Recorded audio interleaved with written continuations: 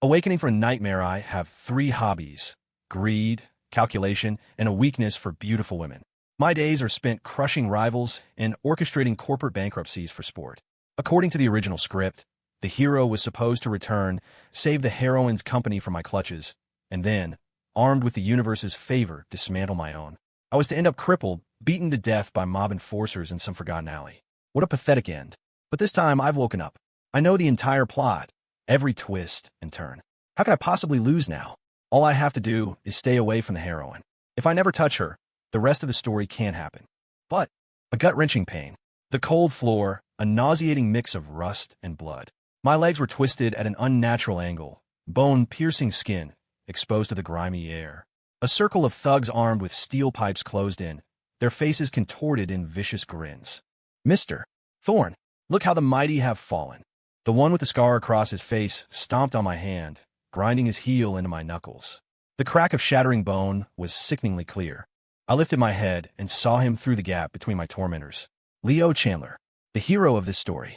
He stood in a sliver of light, immaculate in a tailored suit. And beside him stood Elena Vance, the woman who was supposed to be mine. No, the woman I had stolen from him. Elena's expression was a storm of relief and pity, but there wasn't a shred of affection left for me. "Adrian Thorne," Leo said, his voice calm with the weight of final judgment. "Today, you pay for your sins." The scarred man raised his pipe high, whistling through the air as it descended toward my skull. "No." I shot upright in bed, my heart hammering against my ribs, a cold sweat soaking through my silk pajamas.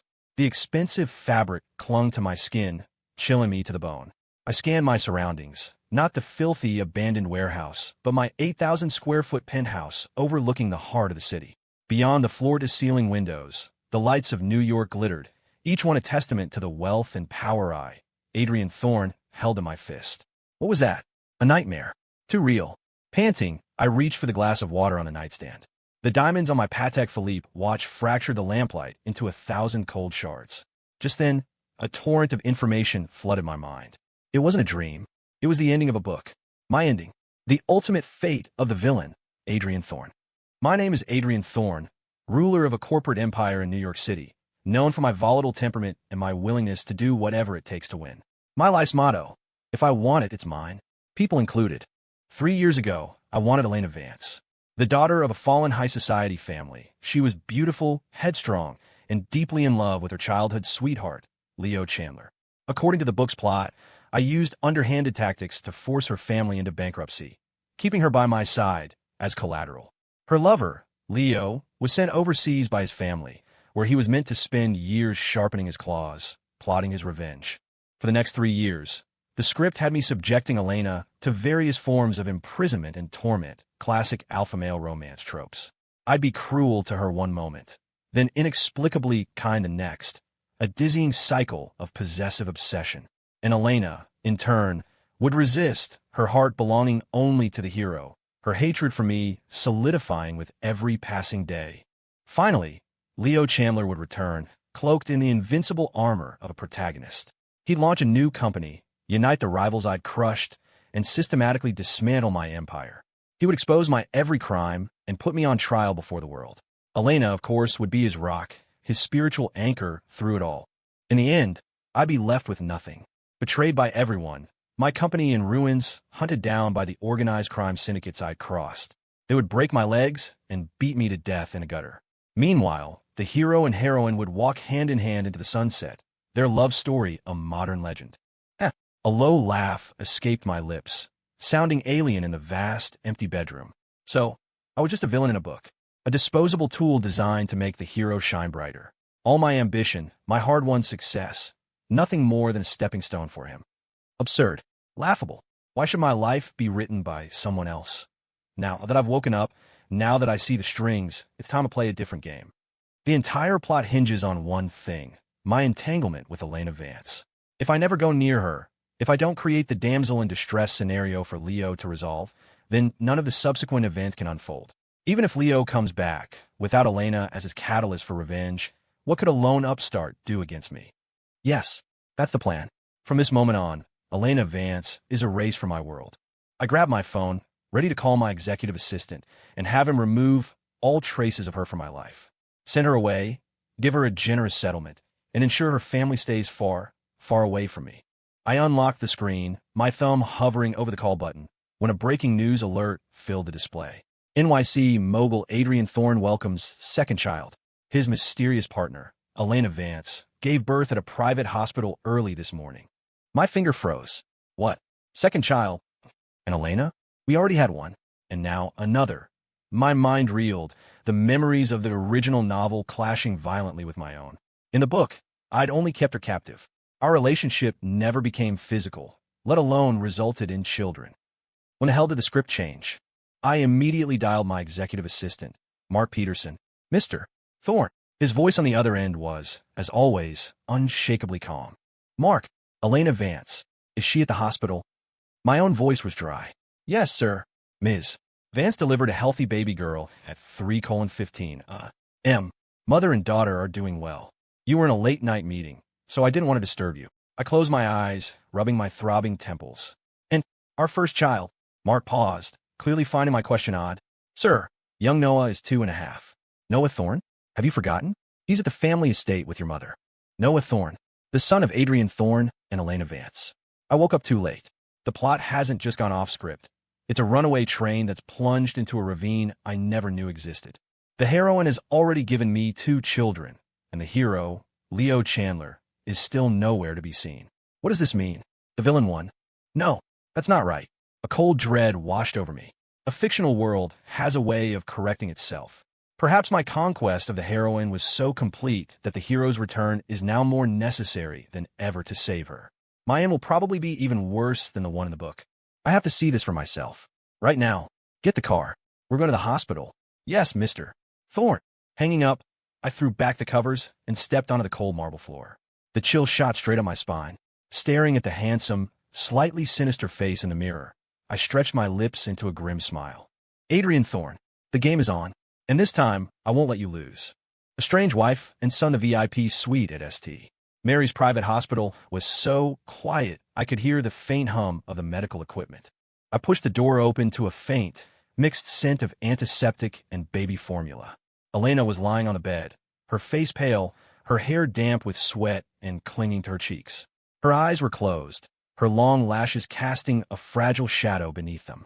Next to her, a small bassinet held a tiny, wrinkled creature, my newborn daughter. So this was Elena Vance. She was different from the defiant girl I remembered, the one whose eyes always burned with fire. Right now, stripped of her armor, she was just a tired, vulnerable new mother. My arrival shattered the room's tranquility.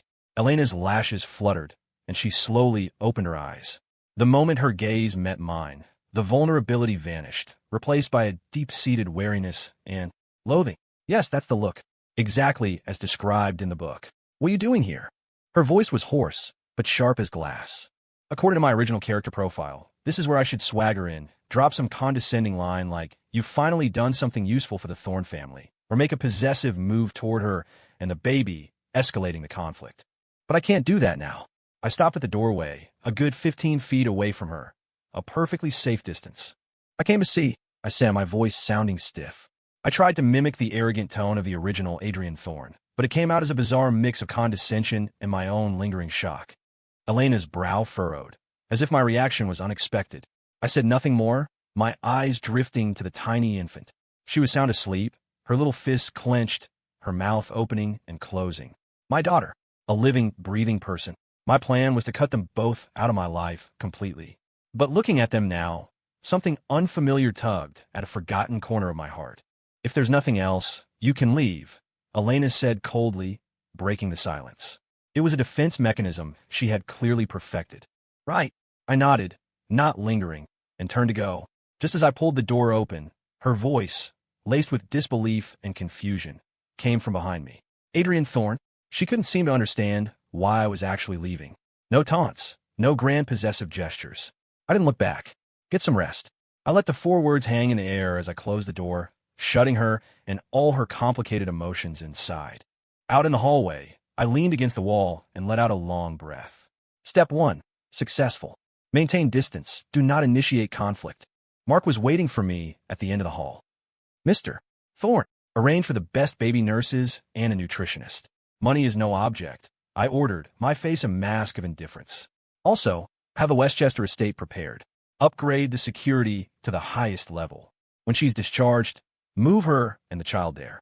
The Westchester estate was nearly an hour's drive from my Manhattan penthouse. Far enough. Safe enough. Yes, sir, Mark said. And you? I won't be going. I cut him off. A flicker of surprise crossed his face, but his professionalism kept him from asking questions. One more thing. I want to file on Leo Chandler, I said, my eyes narrowing.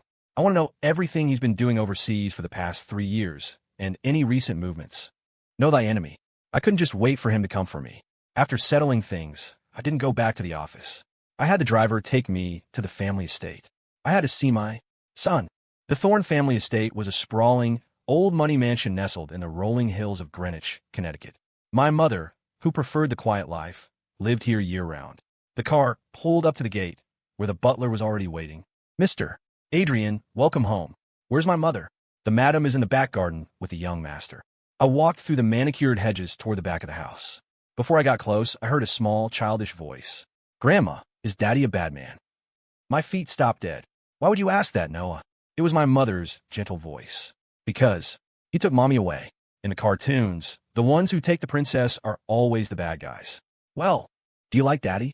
Silence.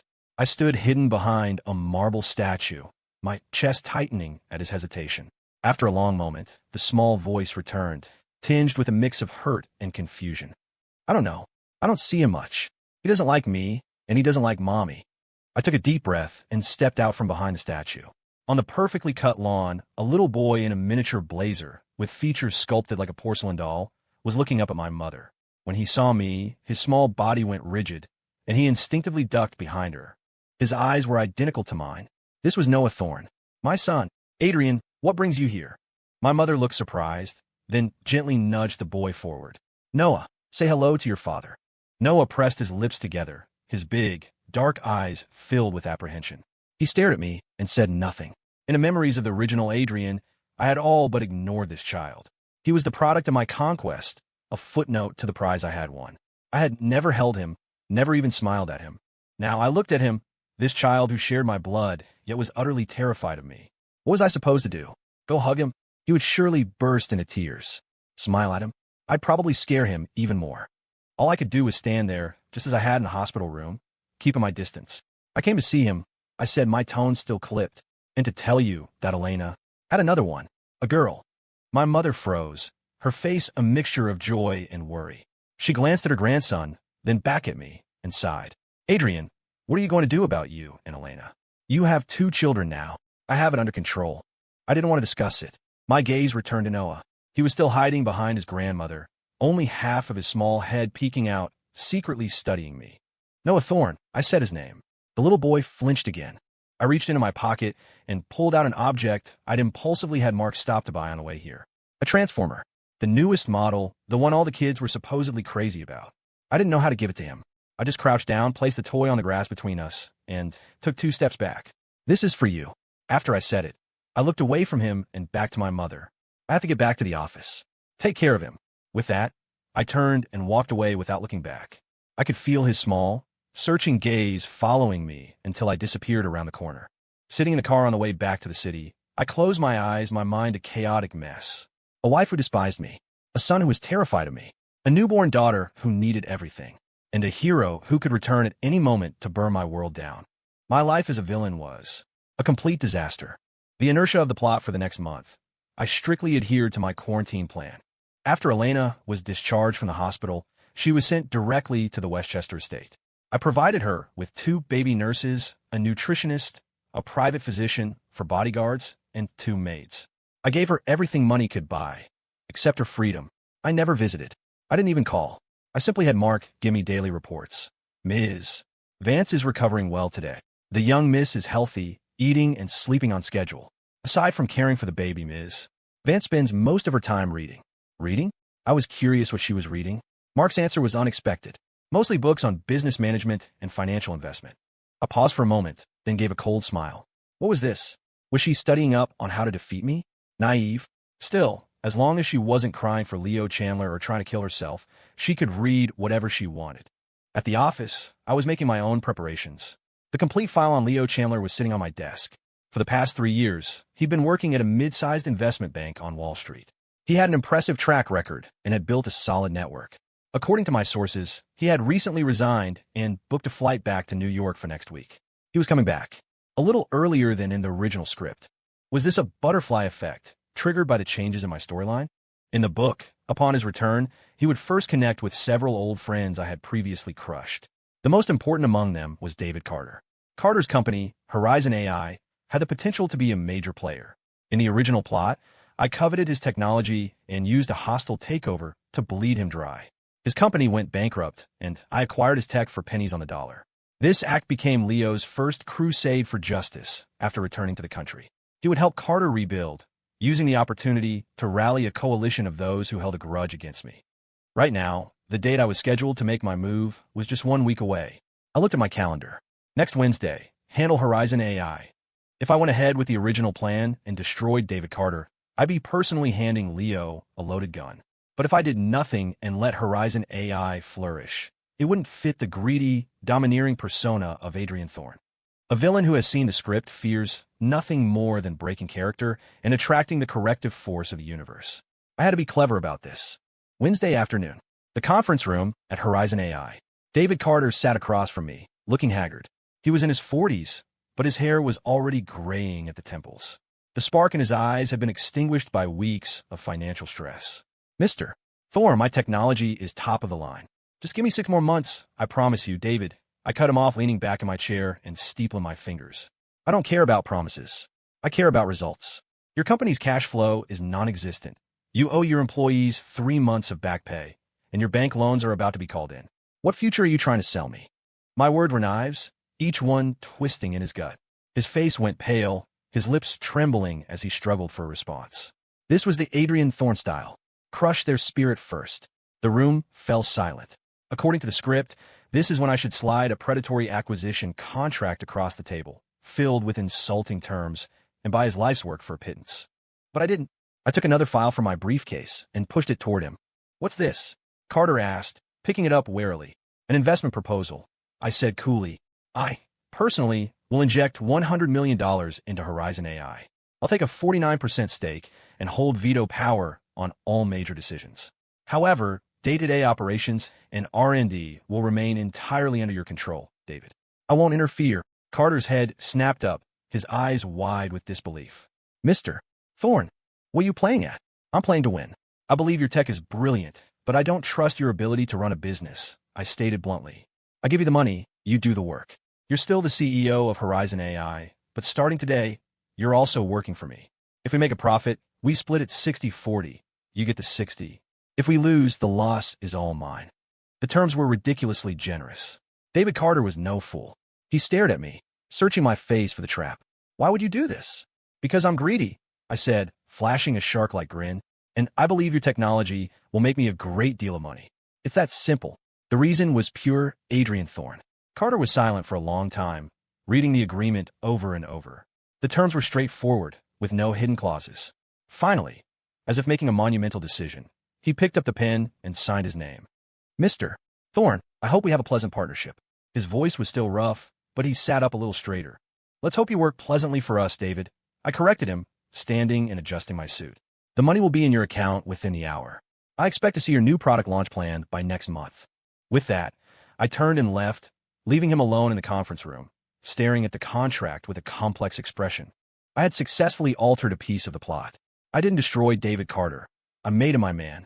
Now, when Leo Chandler returns looking for an ally, he'll find his would-be comrade-in-arms is on my payroll. I had just dismantled the first stage he was meant to perform his heroics on. I returned to my office in a good mood, but Mark immediately handed me a tablet. Sir, this just came from the estate. It was a security feed from the garden. On the lawn, Noah was holding the transformer I'd given him, completely absorbed in his play. He was muttering to himself, acting out of battle. I'm Optimus Prime. I'll defeat you, bad guy. He held the transformer up, swinging it through the air. Then he placed it on the ground and picked up a small twig, pointing at the toy. You're not allowed to bully my mommy. Or I'll call my daddy to beat you up. His little face was dead serious. That strange emotion hit my chest again. A dull ache of warmth. He saw me as the daddy who could defeat the bad guys. Just then, in the video, Noah slipped and fell. He didn't cry. He just picked himself up and brushed the dirt off his pants. But the transformer in his hand had been caught under him. With a sharp crack, one of its arms broke off. The little boy froze. He picked up the broken toy, his bottom lip trembling as tears welled up in his eyes. He didn't wail. He just hugged the toy and cried silently, his small shoulders shaking. It was a heartbreaking sight. My brow furrowed.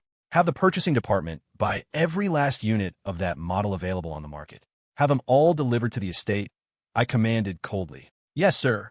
I turned off the video, an unfamiliar frustration churning inside me. It's just a toy. What's the big deal? I tried to dismiss the feeling, but the image of Noah's silent tears was seared into my brain. That evening, for the first time in ages, I didn't work late. The massive penthouse was empty, safe for me. I opened a bottle of wine and stood before the panoramic window, staring down at the city below. I was starting to take control of the narrative, so why did I feel so unsettled? Was it because of the boy, or was it the inertia of the plot? I had this nagging feeling that even if I tore down a bridge, the story would just build another one somewhere else. Leo Chandler was a sword of Damocles hanging over my head. As I was thinking, my phone rang, an unfamiliar number. I answered it. Hello. A woman's voice, trembling and choked with tears, came through the line. Adrian, can you please come back? It was Elena. My heart sank. For her to call me willingly, something was wrong. What is it? Chloe. Chloe has a high fever. The doctor said we should take her to the hospital, but there are reporters outside. Her voice was desperate. Reporters? I frowned. I had made sure the news was contained. Don't panic. I'm on my way. I hung up, grabbed my keys, and bolted out the door. Damn it all. I was trying to stay away from them. This cursed plot and its relentless inertia. Uncontrolled tenderness, I broke every speed limit getting to the Westchester estate. Just as she'd said, a handful of paparazzi were camped out by the gate, their long-lens cameras like sniper rifles. My license plate was too recognizable. They swarmed the car the moment I arrived. Camera flashes exploded in a blinding frenzy. Mr. Thorne, are you and Ms. Vance secretly married? Is it true you have 2 children now, sir? What's your response to rumors you're keeping her in a gilded cage? My face was grim. I laid on the horn, but the vultures didn't budge. The estate security team had to come out and physically clear a path. I stormed into the living room to find Elena pacing frantically, clutching the baby. She was still in her pajamas, her hair a mess, her face stained with tears. The tiny bundle in her arms was flushed crimson, her breathing shallow, letting out whimpers like a kitten. What happened? I strode toward her. She was fine this afternoon. Well, I want to feed her. She felt so hot. Her temperature is 103, Elena said, her voice shaking. The house doctor thinks it's roseola and recommends we get her to the hospital for observation. Then what are we waiting for? The reporters. Elena gestured toward the gate, her eyes filled with despair. How is a woman, barely a month postpartum and holding a feverish infant, supposed to fight her way through a pack of rabid photographers? I looked down at my daughter, nearly unconscious in her mother's arms, and a white-hot rage surged through me. It wasn't directed at Elena, but at the reporters at this entire spiraling situation. Give her to me. I held out my arms. Elena froze, instinctively tightening her grip on the baby, her eyes wary. Give her to me. I repeated, my tone sharper. There was no time to argue. Maybe it was the terrifying look on my face, or maybe it was the urgency of the moment. But after a brief hesitation, she carefully transferred the feverish little body into my arms. The baby was so small, so fragile.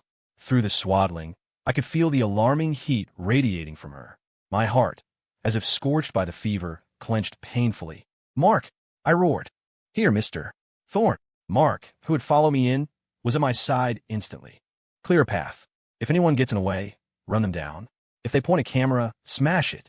I'll cover all damages. And by tomorrow morning, I want to own the parent companies of every media outlet out there. I want them gone from this city. My voice was laced with an authority that tolerated no dissent. This was the real Adrian Thorne. Mark's eyes lit up with grim satisfaction. Understood. I turned, holding the baby securely, and headed for the door. Wait. Elena hurried after me, grabbing my sleeve. I'm coming with you. I glanced back at her. Her eyes, though fearful, held the fierce resolve of a mother. I didn't argue. Outside, Mark was already directing the guards, using the most aggressive tactics to carve a path through the paparazzi. My car was waiting. I shielded the baby with my body as Elena stuck close to my side. Flashes and shouted questions assaulted us from all directions.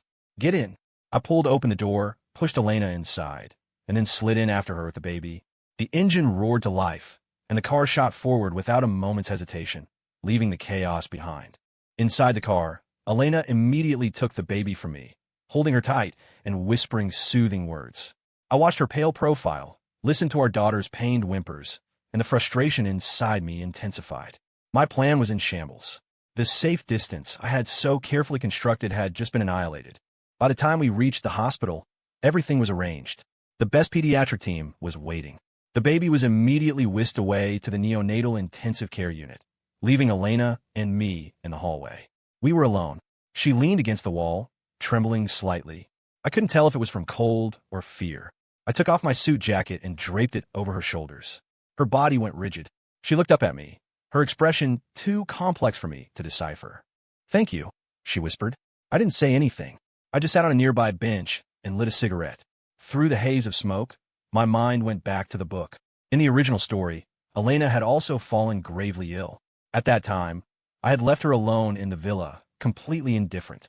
She had managed to contact Leo Chandler, who had just returned to the country. Risking my wrath, he had snuck onto the estate in the dead of night, rescued her, and taken her to the hospital. That night was a pivotal moment for the hero and heroine's relationship. And now, I looked at the anxious, helpless woman beside me. The one who had come to her rescue was me. What did that make me? Did I just steal the hero's scene? I irritably stubbed out the cigarette. I don't know how long we waited before the NICU doors opened. A doctor emerged, pulling down his mask. "Mr. Thorne, Mrs. Thorne, the baby's fever has broken. Her condition is stable. It's just rosella, as suspected. She might develop a rash, but there's no danger. We'll keep her overnight for observation, and she can go home tomorrow." Hearing the news, Elena's tense body went limp. She sagged against the wall, almost sliding to the floor. I instinctively reached out and steadied her by the arm. Her arm was thin and cold beneath my hand. She looked up at me, her eyes glistening with tears. This time, there was no loathing or wariness in her gaze, only pure, unadulterated gratitude. "Thank you, Adrian," she choked out. I looked in her eyes, and my heart skipped a beat. Danger. The thought screamed through my mind. I immediately dropped my hand and took a step back, re-establishing the distance between us. "I just don't want anything to happen to my daughter," I said, my voice cold, trying to rebuild the wall. "Don't get any ideas." The gratitude on Elena's face froze. She lowered her head and murmured a soft, "Okay." The atmosphere turned awkward and distant again. Good. That's how it should be, I told myself. I can't let her have any illusions. But why? As I watched the disappointment wash over her, did that feeling of frustration only grow stronger? The next day, our daughter was discharged, and I drove them back to the Westchester estate. Before I left, Elena stopped me. Will you be back tonight?" she asked quietly, her voice full of uncertainty. I looked at her. She was holding Chloe, and the morning sun streamed through the window, bathing them in a soft light. The scene was so beautiful it felt unreal. My throat felt tight. "The office is busy," I said, and turned to leave. I was afraid that if I stayed 1 second longer, I would have said yes. Back at the office, I buried myself in work, trying to numb myself. It didn't help. The memory of my daughter's feverish heat, Elena's cold arm, and her tearful plea, "Can you please come back?" played on a loop in my head. For the first time, I was discovering how difficult it was to be a cold, heartless villain. And to make matters worse, Leo Chandler was back. Mark's report was on my desk. Leo Chandler's flight landed this afternoon. He didn't go to his family's home or contact anyone. He went straight to the Westchester estate. My pupils contracted. How'd he know Elena was there? Our team found out one of Ms. Vance's friends told him. The same friend visited her in the hospital 2 days ago. I understood. The plot's corrective force. It was relentless. Even if I tore down its bridge, it would immediately dig a tunnel. The hero rescues the damsel scene may not have happened, but the prelude to the rescue was about to begin. "Did he get in?" I asked. "No," Mark replied. "The security system is ours. No one gets in without your command." He was turned away at the gate. I leaned back in my chair, my fingers drumming a restless rhythm on the desk. Here we go. He's finally here. My nemesis, the protagonist of this story. What should I do? Follow the original script and send some thugs to beat him up, warn him to stay away from my woman? No, that would only fuel his resolve and push him and Elena closer together. I picked up the phone and dialed the internal line to the Westchester estate. A maid answered. Put Ms. Vance on the phone. A moment later, Elena's confused voice came on the line. "Hello. Get changed and come downstairs. I say, my voice a flat command. Your old flame is waiting for you at the gate. The hero's entrance Elena's breath caught on the other end of the line. What did you say? Leo Chandler. He's at your front gate. I repeated, my tone unreadable. I'm giving you 10 minutes. See him or don't. The choice is yours. After 10 minutes, I'll have security escort him away. I hung up before she could respond. I didn't take away her choice because I knew what she would choose. He was the light she had been waiting for 3 years. It was better to have this meeting out in the open than to have them sneaking around behind my back. I pulled up the estate's remote security feed. The high-definition camera gave me a crystal-clear view of the main gate. Leo Chandler stood outside. He looked more mature than he had 3 years ago, dressed in a simple trench coat, his posture straight and confident. His eyes were fixed on the house, a mixture of determination and anxiety. A few minutes later, the front door of the mansion opened. Elena walked out. She had changed into a cream-colored dress, and her hair was brushed. She looked pale and fragile, but her eyes were shining with a desperate light. The moment she saw Leo, all her defenses crumbled. Her eyes instantly reddened. Leo. She whispered his name. Elena. He rushed forward, trying to grab her hand, but the cold iron of the gate stood between them. Elena, how are you? Has he hurt you? I'm back. I'm back to take you away from here.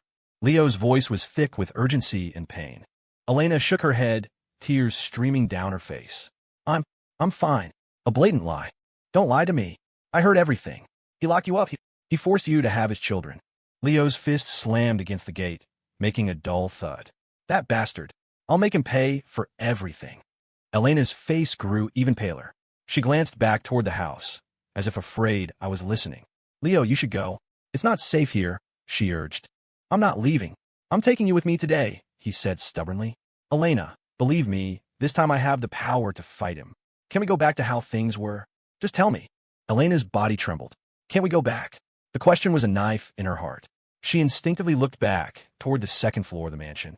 That was where her children's rooms were. Her expression shifted from excitement and love to a heart-wrenching struggle, then to pain, and finally, it settled into a dead calm. Leo, she said, her voice soft but clear. It's too late. The color drained from Leo's face. What do you mean? Too late. I have children, Elena said, each word a form of self-flagellation. I can't leave with you. Children. Leo looked as if he'd heard the cruelest joke in the world. Is that what you wanted? He forced them on you. Elena, we can.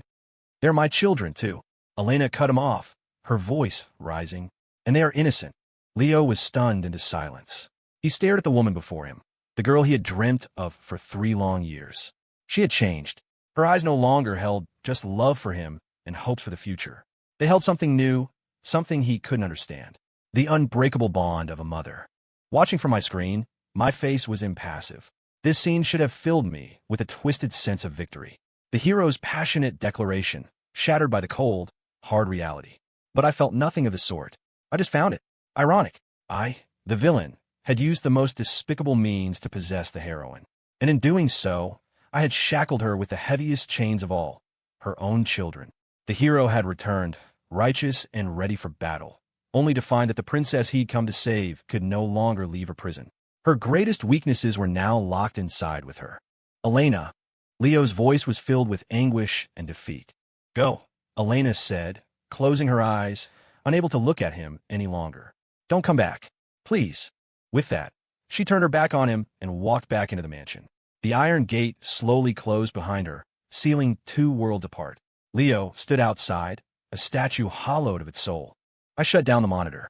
The reunion 3 years in the making had ended in an anticlimax I never could have predicted. I thought that would be the end of it. But the next day, I received an urgent report from Mark. Mr. Thorne, Leo Chandler has begun meeting with several of our corporate rivals. And he's requested a meeting with David Carter. My eyes narrowed. He was moving quickly. It seemed yesterday's blow had only strengthened his resolve. He was going to declare war on me, using the methods he knew best. What did Carter say? I asked. Mr. Carter refused to meet with him. Mark said, a note of admiration in his voice. He said he works for you now. A corner of my mouth turned up. Excellent. The first chess piece I put in place was doing its job. However, Mark continued, it seems Chandler hasn't given up. He's used his Wall Street connections to contact an overseas investment firm called Apex Holdings. Rumor is they're very interested in the American AI market. Apex Holdings? That name never appeared in the original script. My stomach dropped. The plot had deviated again, and this time it was heading in a direction I couldn't predict. Leo hadn't found his inside man, David Carter, but he had found a much more powerful external ally. Sir, should we take action? Apex Holdings is a major player. If they team up with Leo Chandler, it could seriously impact our plans in the AI sector, Mark advised. I fell silent. If I moved to crush them now, I'd be playing right into Leo's hands.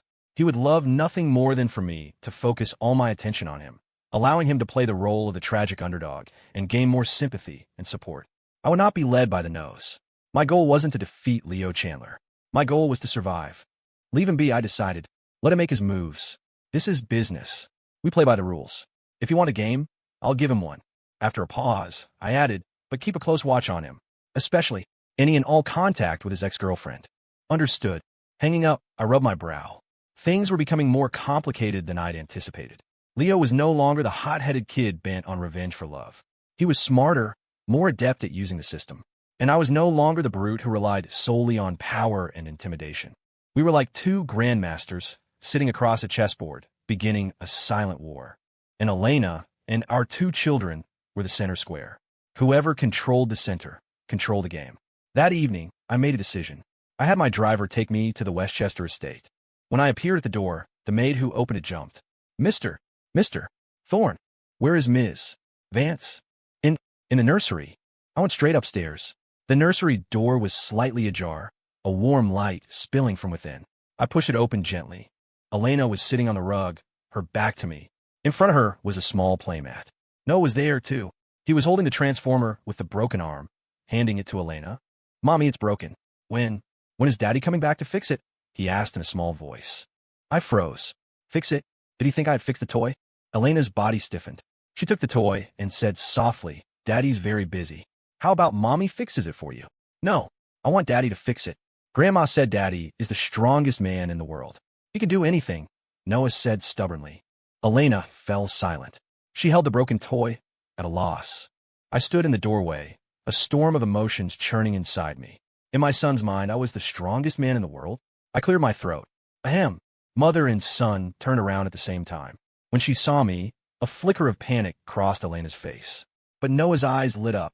He looked at me as if I were his savior.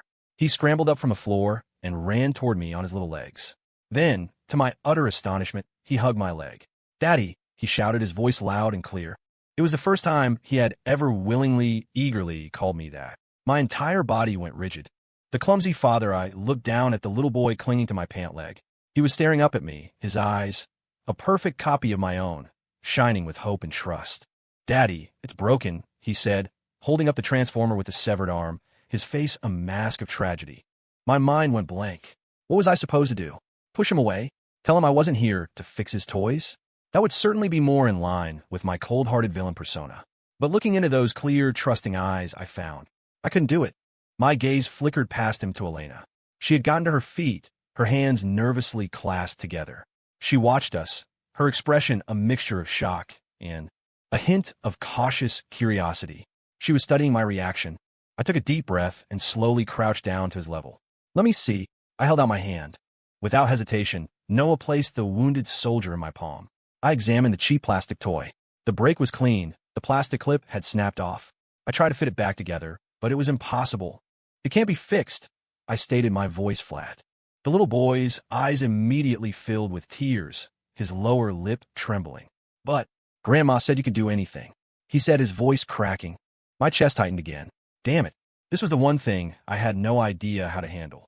It can't be fixed, but we could get a new one. I pulled out my phone, ready to have Mark dispatch a replacement by helicopter immediately. I don't want a new one, Noah shouted, the tears finally falling. I want this one. It's the first one you ever gave me. My hand froze. The first one. He remembered. I looked at the broken toy in my hand, then at my sobbing son, then at a helpless Elena, and finally at my daughter in the crib, who was starting to fuss from the noise. I was hit by a wave of unprecedented stress. Stop crying, I said gruffly. My tone was probably too harsh, because Noah only cried harder. Elena rushed over, trying to scoop him up. I'll take him, he's just... Wait. I stopped her. I stood up, holding the toy, and scanned the room. My eyes landed on Elena's desk. There was a roll of scotch tape and a small pair of scissors. I walked over, picked them up, and sat back down on the rug. Before the astonished eyes of both Noah and Elena, I began my first ever repair job. I tried to wrap the tape around the broken arm, but my fingers were clumsy, the tape flimsy. After several attempts, the result was a crooked, sticky mess that looked even worse than before. Noah's sobs slowly subsided. He watched my fumbling efforts with wide, tear-filled eyes. Elena stood nearby, watching silently. Frustration mounted. A thin layer of sweat broke out on my forehead. I, Adrian Thorne, could sign billion-dollar contracts without blinking. Yet I was being defeated by a broken toy. Here, a slender hand reached out. It was Elena. She knelt beside me and took the toy and tape from my hands. Her fingers were nimble. She carefully aligned the broken pieces, then tore off a small strip of tape and pressed it precisely over the seam, winding it around and around in even layers. Her movements were gentle and focused. In the soft light, her profile was stunningly serene. In a few moments, the Transformer's arm was reattached. It looked ridiculous, with a clear bandage wrapped around its shoulder, but it was whole. She handed the repaired toy to Noah. There, all better. Noah took it, cautiously moved the arm, and his face broke into a huge grin. It's fixed. Mommy, you're the best. He cheered, then looked at me and added, Daddy's the best too. I said nothing. I had merely provided the tools. All right, it's getting late. Time for bed, Elena said, getting up and ruffling Noah's hair. I want Daddy to read me a story, the little negotiator said, clinging to my arm and refusing to let go. I froze completely. A story? I didn't even know what a children's book looked like. Daddy's tired. Mommy will read to you. Elena tried to intervene. No, I want Daddy. I looked at my son's determined face, then at Elena's troubled expression, and finally, 2 words escaped my lips. Which one? Noah's eyes lit up even more. He pulled a copy of The 3 Little Pigs from a small bookshelf and shoved it into my hands. I stared at the 3 pink, intellectually questionable pigs on the cover and fell into a deep silence. 10 minutes later, I finished the story, read in the most monotone voice of my entire life. And the big bad wolf fell into the pot of boiling water and was cooked. The end. Noah, nestled in Elena's arms, was already fast asleep, a small smile on his face. In the crib, Chloe had quieted down as well. The room was silent, except for the 2 of us. The atmosphere grew delicate again. He really likes you, Elena said softly, breaking the silence. Is that so? I stood up, brushing off non-existent dust, tried to reclaim my tycoon persona. Why? Why did you come today? She asked, a note of uncertainty in her voice. I couldn't very well say. I was afraid the hero would steal you away, so I came to assert my dominance. I was in the neighborhood, I lied. Elena clearly didn't believe me, but she didn't press. She just looked at me and said quietly, in any case, thank you. For today. That was the second time she had thanked me. Each time made my skin crawl. Get some rest. I didn't want to stay any longer and turned to leave. Adrian. She called my name again. I stopped, but didn't turn around. Will you be back? She asked. The same question she'd asked at the hospital. But this time, my answer was different. I was silent for a few seconds, my throat tight. We'll see. With that, I walked quickly out of the room. Back in the car, I leaned against the headrest, feeling more exhausted than if I had closed a multi-billion-dollar deal. My behavior tonight had completely deviated from the path of the villain.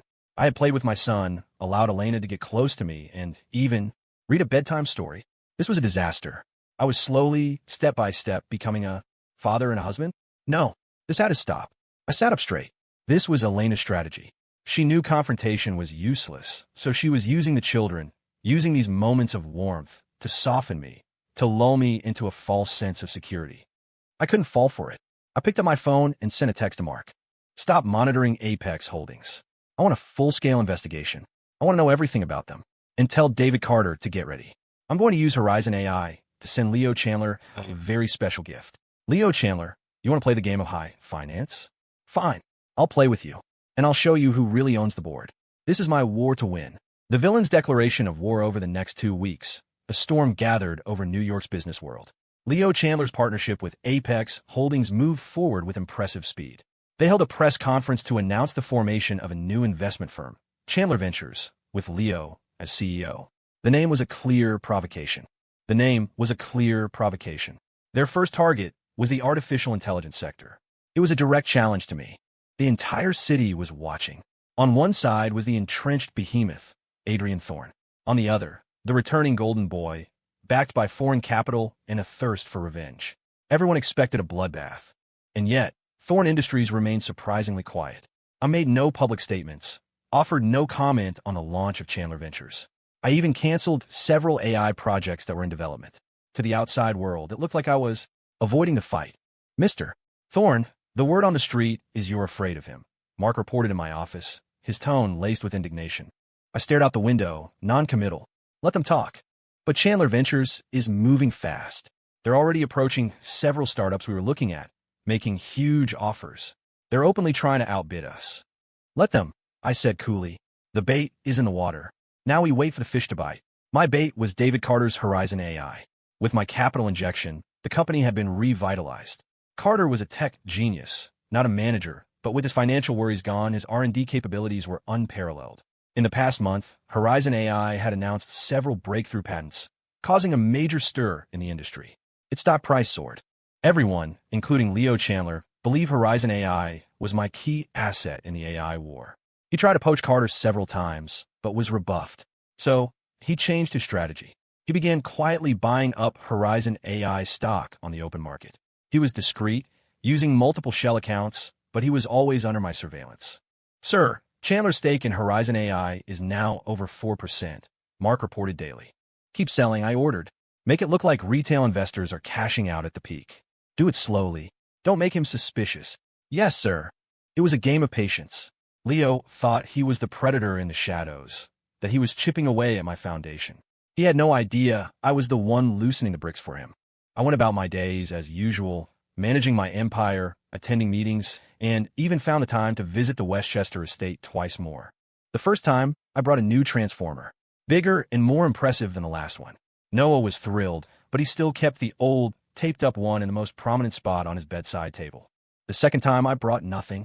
When I arrived, Elena was teaching Noah a nursery rhyme. Twinkle, twinkle, little star, how I wonder what you are. Noah's recitation was halting, but earnest. When he saw me, he dropped his book and ran to hug my leg. Daddy, you're here. I grunted in acknowledgement, and for the first time, lifted him into my arms. He was so light.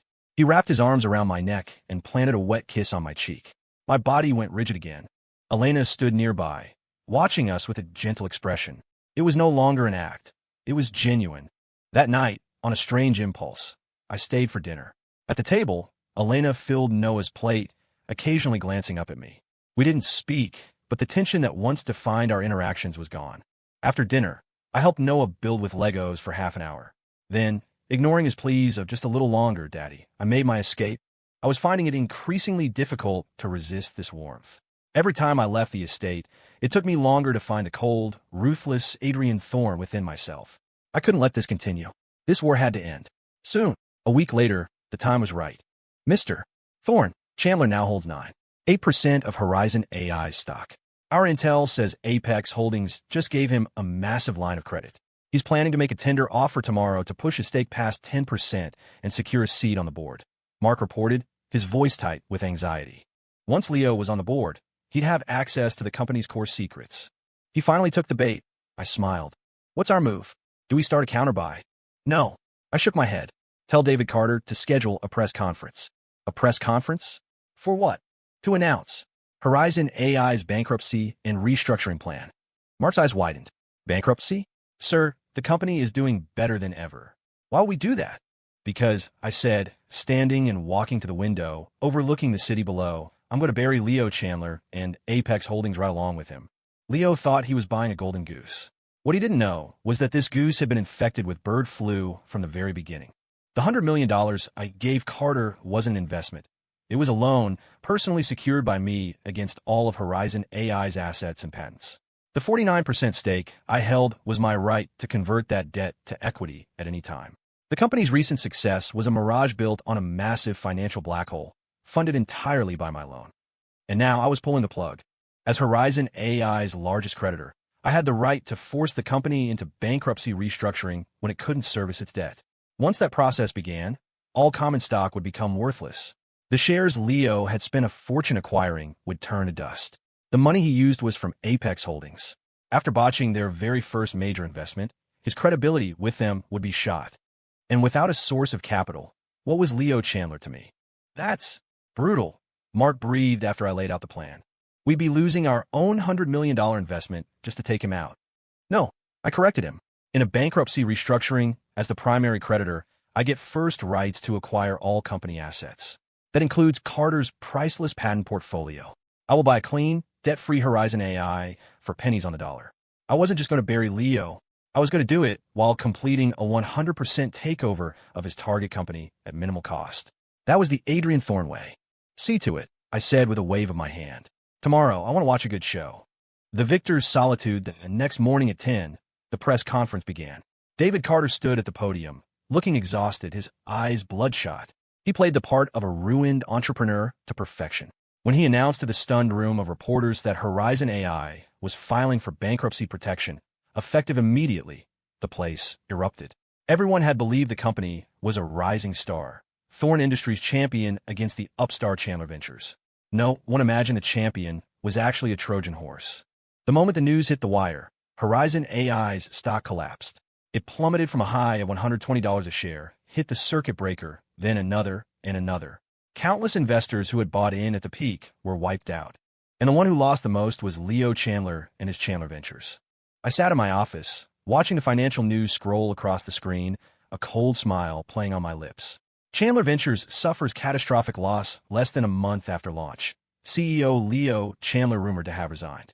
Apex Holdings spokesperson expresses disappointment in NYC market, reevaluating future investments. The fall of a titan? Leo Chandler's return ends in humiliating defeat. May face massive lawsuits. Everything had gone according to plan. Leo had been too impatient. Impatient to prove himself. Impatient for his revenge. Impatient to win back Elena. And I had used that impatience against him. I had destroyed him without even showing my face. This battle was won. Decisively, I leaned back in my chair and closed my eyes. The memory of that cold, blood-soaked warehouse from my nightmare began to fade. The phantom pain in my leg subsided. I had survived. I had rewritten my fate. I should have been ecstatic. So why did I feel so empty? There was no joy in this victory, only a profound, soul-deep loneliness. I had defeated my nemesis. Now what? Go back to being the bored, ruthless tycoon? Preside over this vast, silent empire until I grew old and died. My life felt like it had snapped back to the tedious loop it was in before I woke up. Greed, calculation, beautiful women. I already had more money than I could ever spend. The most brilliant calculation of my life was complete. As for beautiful women, my mind uncontrollably conjured an image of Elena. The gentle curve of her cheek as she held our children, the intense focus in her eyes as she repaired the toy, the cautious hope in her voice when she asked, "Will you be back?" My phone rang. It was Mark. "Mr. Thorne, Leo Chandler. Would like to see you." I raised an eyebrow. He has the nerve. He says he just want one meeting. After that, he'll leave New York for good. Where? The coffee shop in our building's lobby. I hesitated. Fine. Perhaps seeing my defeated rival in his pathetic state would rekindle some of my villainous satisfaction. In a quiet corner of the cafe, Leo sat alone. He looked like he had aged 10 years in a few days. His jaw was covered in stubble, and the fire in his eyes had been replaced by a dull, weary gray. He was no longer the shining protagonist. He was just a gambler who had lost everything. I slid into the seat across from him. "What do you want?" He looked up, his bloodshot eyes locking onto mine. "You knew all along, didn't you?" His voice was raw. This was a trap from the very beginning. Yes, I admitted freely. His fists clenched under the table. "Why? You could have just acquired Horizon AI. Why did you have to drag so many people down with you?" "Because," I leaned forward, my voice a low whisper only he could hear, "you were one of them." Leo's body jerked as if he'd been struck. He understood. It was all for him. "You're insane," he muttered. "Look who's talking," I sneered. "You came storming back from overseas, ready to risk your entire future for a woman. Are you any more rational than I am?" At the mention of Elena, the light in his eyes dimmed further. "I lost," he said, slumping back in his chair. "I lost everything. You won. Are you satisfied?" "Reasonably." I shrugged. "Adrian," he looked at me, a final plea in his eyes. "I have one request. I'm leaving tomorrow. I'll never come back. Can you please let Elena go? She doesn't love you. She's not happy with you. You've already won. Why do you still need to torture her?" I stared at him, the quintessential hero, utterly defeated, yet his only thoughts were for his heroine. Pathetic. "Let her go," I repeated, as if it were a joke. "Leo, have you forgotten? She's the mother of 2 children. My children. They carry the Thorne name.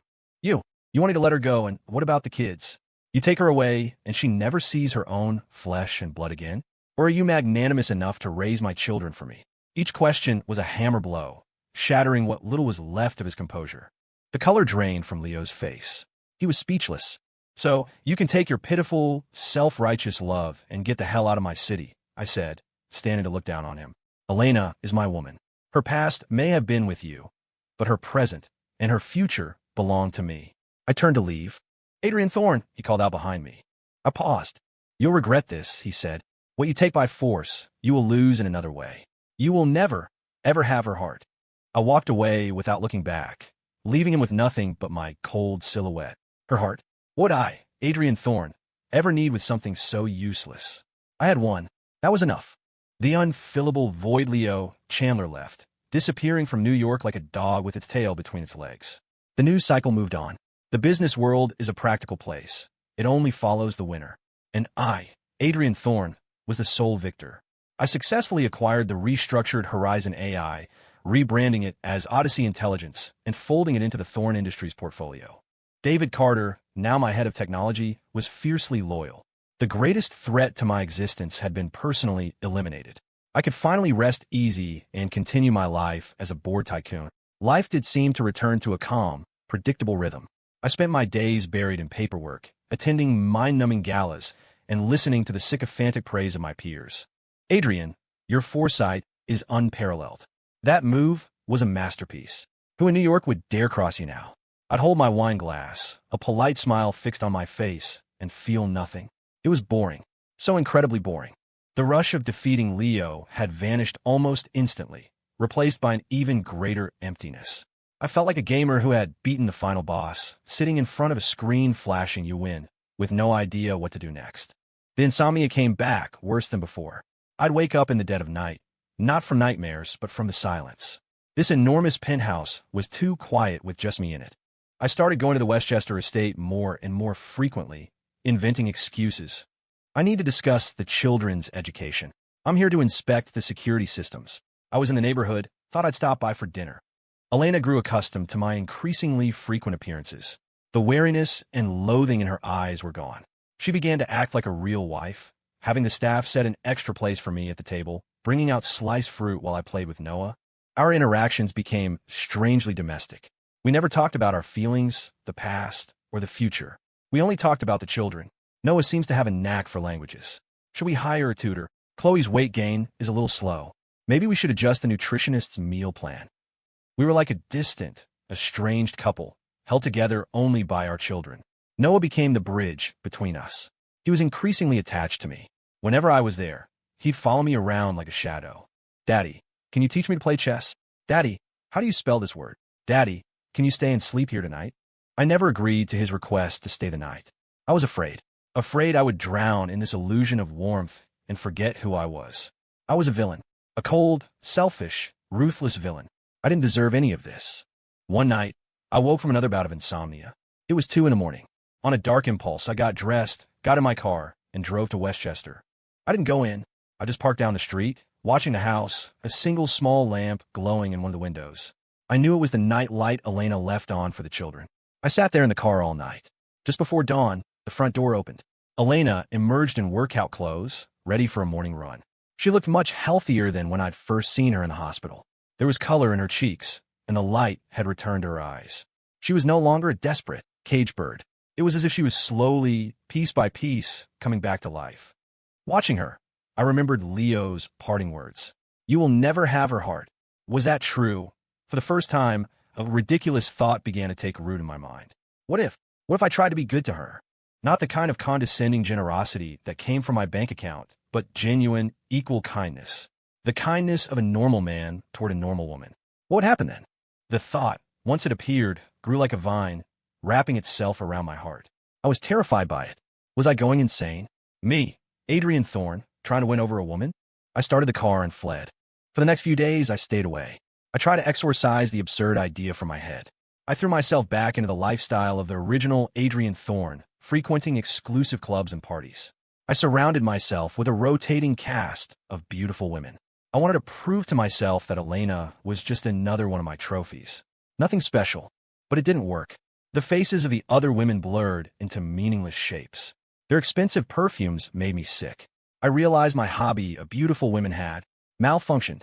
The only face I could see was Elena's, plain and unadorned. I was at my wit's end.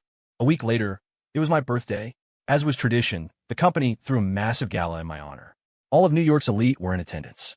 I moved through the crowd in a custom-tailored suit, a perfect smile plastered on my face. I received countless expensive gifts and listened to endless toasts. But inside, I was still hollow. Halfway through the party, I escaped to a balcony for some air. Mr. Thorne. Mark appeared beside me, holding a beautifully wrapped box. What is this? It's from Miss Vance, Mark said, his expression unreadable. My heart skipped a beat. Elena? She sent me a birthday gift? I took the box and opened it. Inside wasn't some luxury brand item. It was a hand-knitted, dark gray cashmere scarf. The knitting was slightly uneven in places, but it was clear the person who made it had poured their heart into it. There was also a small card inside. I opened it. A line of elegant handwriting. It didn't say happy birthday. It said, it's getting cold. Take care of yourself. Noah and Chloe miss you very much. It was signed with 2 names. Noah Thorne, Elena Vance. She had written her name after our sons. I held the card, my fingers trembling slightly. The empty space in my chest suddenly felt warm, as if something soft and gentle had been placed there. I didn't know how to describe the feeling. Just then my phone rang. It was Elena. I stared at her name on the screen, my heart pounding.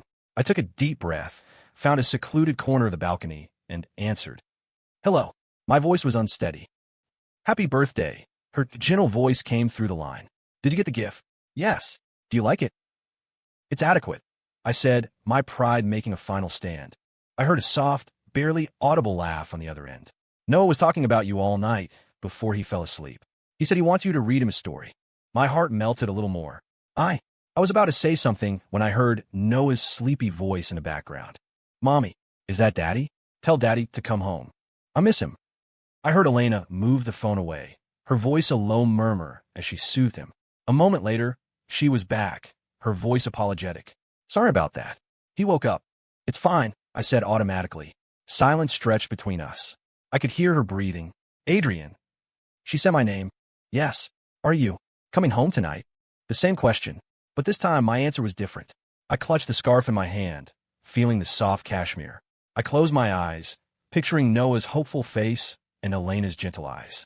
To hell with the villain's persona. To hell with the plot. For once, I just wanted to follow my heart. I'm on my way, I said.